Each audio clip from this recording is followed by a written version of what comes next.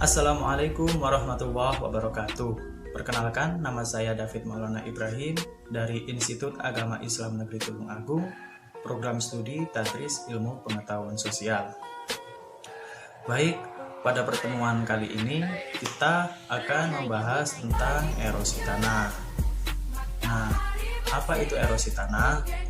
Erosi tanah adalah fenomena alam yang terjadi pada permukaan tanah yang mengalami pengikisan yang disebabkan oleh dua faktor.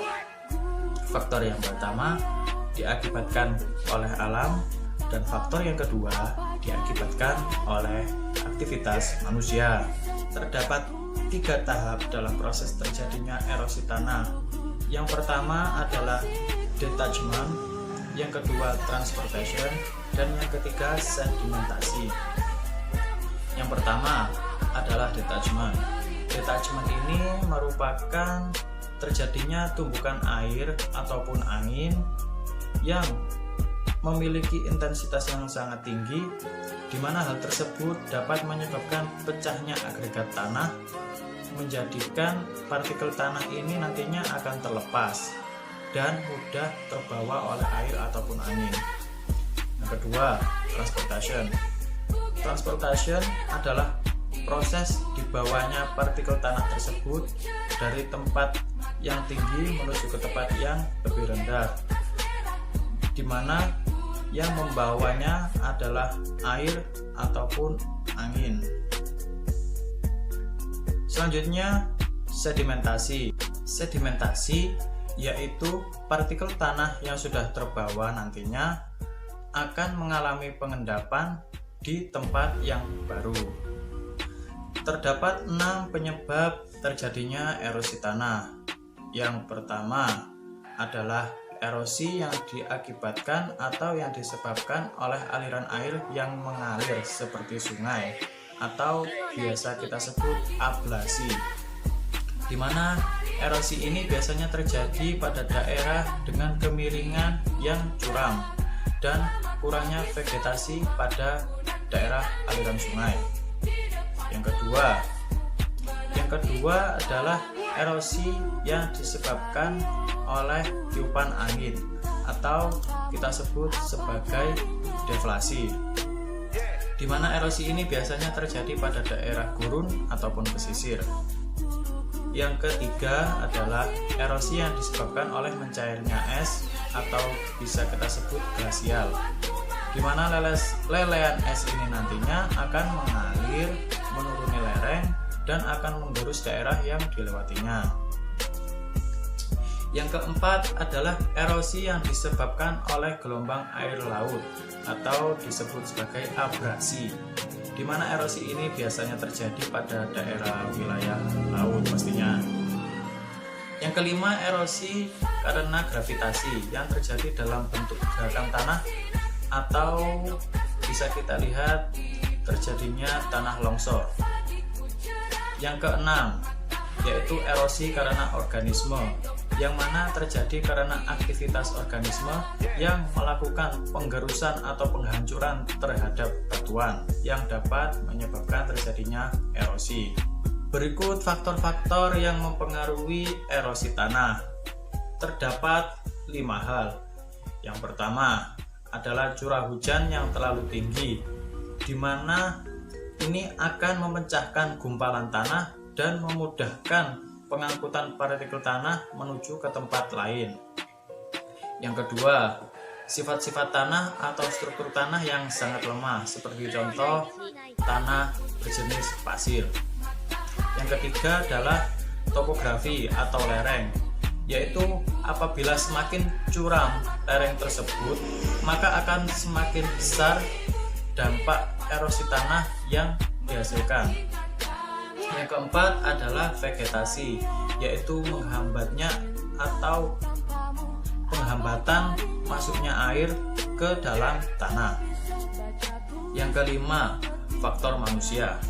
Faktor manusia ini sudah pasti kita ketahui yang menjadi faktor erosi tanah, yaitu pelencengan aktivitas manusia yang melanggar hukum, seperti contoh penggundulan hutan di daerah pegunungan, di mana ini nantinya menjadikan tanah yang terlalu banyak menampung air tidak dibantu oleh pohon atau akar pohon dalam meresapnya, yang mana apabila tanah ini nanti tidak kuat dalam menahan beban debit air yang terlalu tinggi, maka akan menyebabkan tanah longsor ataupun banjir.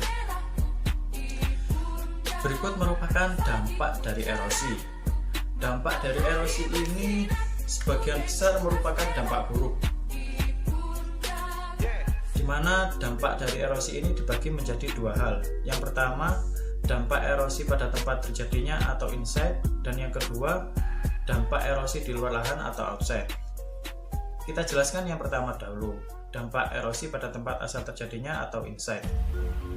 Maksudnya ialah hilangnya kesuburan tanah yang diakibatkan oleh hanyutnya partikel dan mineral pada tanah karena terbawa oleh aliran air ataupun angin, dan selanjutnya penurunan hasil panen. Yang menyebabkan penurunan hasil panen karena penurunan kemampuan tanah dalam menyerap air. Selanjutnya terjadinya perubahan struktur tanah dan tanah menjadi tandus. Nah, yang kedua yaitu dampak erosi di luar lahan atau outside, di mana dampaknya ialah tanah ini menjadi kritis, pendangkalan dan polusi di dataran yang lebih rendah, penurunan tingkat kualitas air, menghambat kelancaran transportasi air, dan rusaknya ekosistem di air.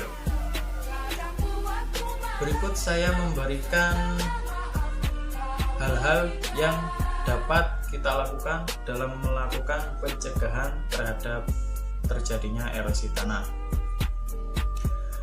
Erosi tanah ini sebenarnya tidak dapat dicegah secara sempurna, karena erosi ini merupakan proses fenomena alam yang sudah maklum terjadi.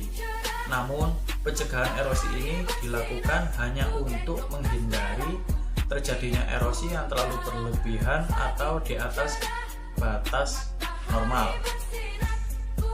Berikut hal-hal yang dapat dilakukan dalam melakukan pencegahan erosi. Terdapat 5 hal. Yang pertama adalah pengelolaan tanah, di mana pengelolaan tanah yang dimaksud ini adalah penataan tanaman yang baik, penanaman pohon yang sesuai dengan kondisi tanah di daerah tersebut. Yang kedua, pemasangan tembok batu rangka besi. Hal ini biasa dilakukan di pinggiran sungai atau bisa kita sebut pelengsengan, di mana ada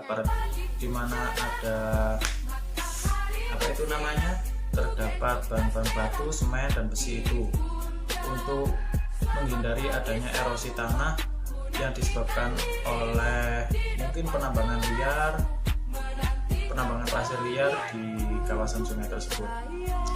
Yang ketiga adalah reboisasi. Reboisasi ini sudah pasti kita semua tahu manfaatnya, di mana dalam melakukan reboisasi ini dapat menjadikan hutan hijau kembali dan tanah menjadi memiliki teman dalam melakukan proses penyerapan air dari hujan, yang dapat menghindari terjadinya tanah longsor ataupun banjir. Yang keempat adalah pembuatan pemecah angin atau gelombang angin. Hal yang dapat dilakukan yaitu penanaman pohon pada daerah yang gersang, di mana tanaman ini ditanam dengan cara berbaris lurus untuk mengurangi kekuatan angin agar tidak terlalu los, gitu ya. Dan yang terakhir adalah pembuatan teras tanah lereng.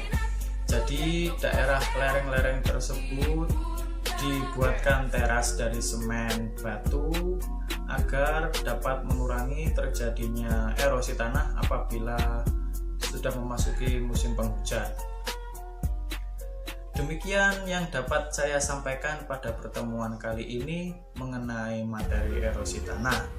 Kita sudah mempelajari tentang pengertian erosi tanah, tahap proses terjadinya erosi, penyebab terjadinya erosi, faktor-faktor yang membuat terjadinya erosi, dampak erosi, dan bagaimana mencegah terjadinya erosi. Nah, mudah-mudahan ada manfaatnya. Kurang lebihnya saya mohon maaf. Wassalamualaikum warahmatullahi wabarakatuh.